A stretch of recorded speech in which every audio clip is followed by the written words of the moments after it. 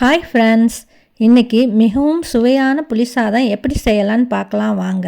2 tumbler அரிசிக்கு ஒரு நெல்லிக்காய் சைஸ் புளி எடுத்தால் போடுங்க. அதை எடுத்து நல்லா தண்ணியில் கழுவிட்டு ஊற வச்சுருங்க. புளி சாதம் செய்கிறதுக்கு நம்ம ஒரு ஸ்பெஷல் பவுடர் ரெடி பண்ணலாம். ஸ்டவ்வில் கடாய் வச்சு கடாய் நல்லா காஞ்சோன்னே 1 டீஸ்பூன் மிளகு போடுங்க, 1/2 டீஸ்பூன் சீரகம் போடுங்க, 1/4 டீஸ்பூன் வெந்தயம், 1 ஸ்பூன் அளவுக்கு கடலப்பருப்பும் போட்டுக்குங்க, ஒரு 1/2 ஸ்பூன் அளவுக்கு எள்ளு சேர்த்துக்குங்க.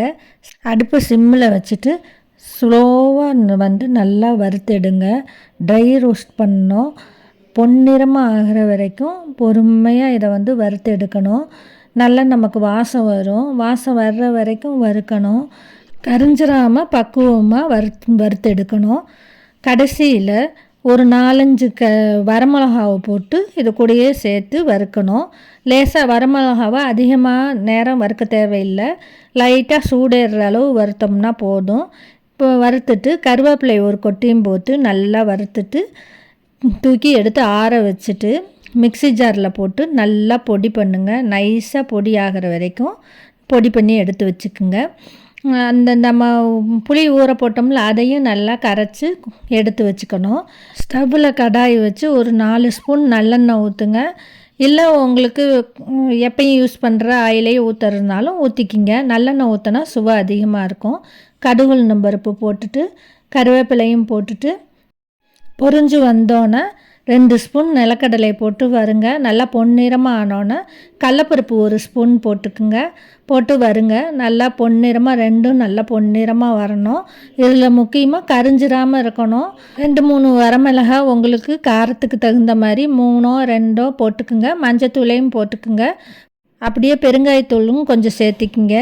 சேர்த்திட்டு பக்கத்து ஸ்டவ்வில் சாப்பாடு வெந்துக்கிட்டு இருக்குது, அதை பார்க்கலாம் வாங்க. முக்கியமாக புளி சாதத்துக்கு வடித்த சாப்பாடு தான் நல்லாயிருக்கும். அதனால் நீங்கள் புளி சாதம் செய்கிற அன்றைக்கி குக்கரில் வைக்காமல் வடித்து செஞ்சால் டேஸ்ட்டு நல்லாயிருக்கும். இந்த புளி சாதம் தாளிப்பில் ஒரு 4 வெங்காயமும் அரிஞ்சு சேர்த்துக்கிட்டோம்னா ரொம்ப நல்லாயிருக்கும். வெங்காயத்தை கடைசியில் சேருங்க. வெங்காயத்தை சேர்த்துட்டு கொஞ்சம் நேரம் நல்லா வதக்கி விடலாம். அந்த வெங்காயமும் பொன்னிறமாக ஆனோன்னே நாம் கரைச்சி வச்சுருக்கிற புளி தண்ணியை எடுத்து இதில் ஊற்றுவோம். முக்கியமாக புளி தண்ணியை நல்லா வடிகட்டிக்கணும். அப்படியே சாப்பாட்டுக்கு தேவையான உப்பையும் சேர்த்திக்கிங்க. நல்லா ஒரு கிண்டி விட்டுறலாம். நாம் தூள் பண்ணி எடுத்து வச்சுருக்கிற பொடியில் ஒரு 1/2 ஸ்பூன் பொடி போட்டு நல்லா கொதிக்க வைக்கலாம். கொதித்து எண்ணெய் மேலே வர்ற வரைக்கும் தண்ணி சுண்டி கொதித்து வரணும். அது வரைக்கும் நம்ம வெயிட் பண்ணலாம். சாப்பாடு வடிச்சிட்டு ஆற வச்சுருக்கேன். இந்த மாதிரி ஒரு பெரிய குண்டாவில் போட்டு வடித்து ஆற வச்சுருங்க. பக்கத்து ஸ்டவ்வில் கரண்டியில் ஒரு 4 ஸ்பூன் எண்ணெயை ஊற்றி நல்லா சூடானோன்னே அதை எடுத்து நம்ம ஆற வச்சுருக்கிற சாப்பாட்டில் ஊற்றி விட்டுறலாம். இப்படி செஞ்சோம்னா சாப்பாடு நல்லா பளபளன்னு நல்லா குலையாமல் இருக்கும். அப்படியே 2 ஸ்பூன் எண்ணெய் ஊற்றி எண்ணெய் காஞ்சோன்னா 1 ஸ்பூன் நிலக்கடலையும் 1 கொத்து கருவேப்பிலையும் போட்டு நல்லா பொன்னிறமாக வறுத்து எடுத்து வச்சுக்கலாம். இதை தனியாக எடுத்து வச்சுக்கலாம். இப்போ நம்ம ஸ்டவ்வில் வச்சுருந்த புளி தண்ணி ரெடி ஆயிடுச்சு. நல்லா எண்ணெய் பிரிஞ்சு கதன்னு இருக்குது. இப்போ அதை ஆஃப் பண்ணிவிட்டு எடுத்து நம்ம ஆற வச்சுருக்கிற சாதத்தில் போட்டு கொஞ்சம் கொஞ்சமாக சேர்த்து பெரட்டி விடலாம். இப்போ நாம் தனியாக எடுத்து நிலக்கடலையும் கருவேப்பிலையும் போட்டு வச்சுருக்கிறத தனியாக எடுத்து வச்சுருக்கோம்.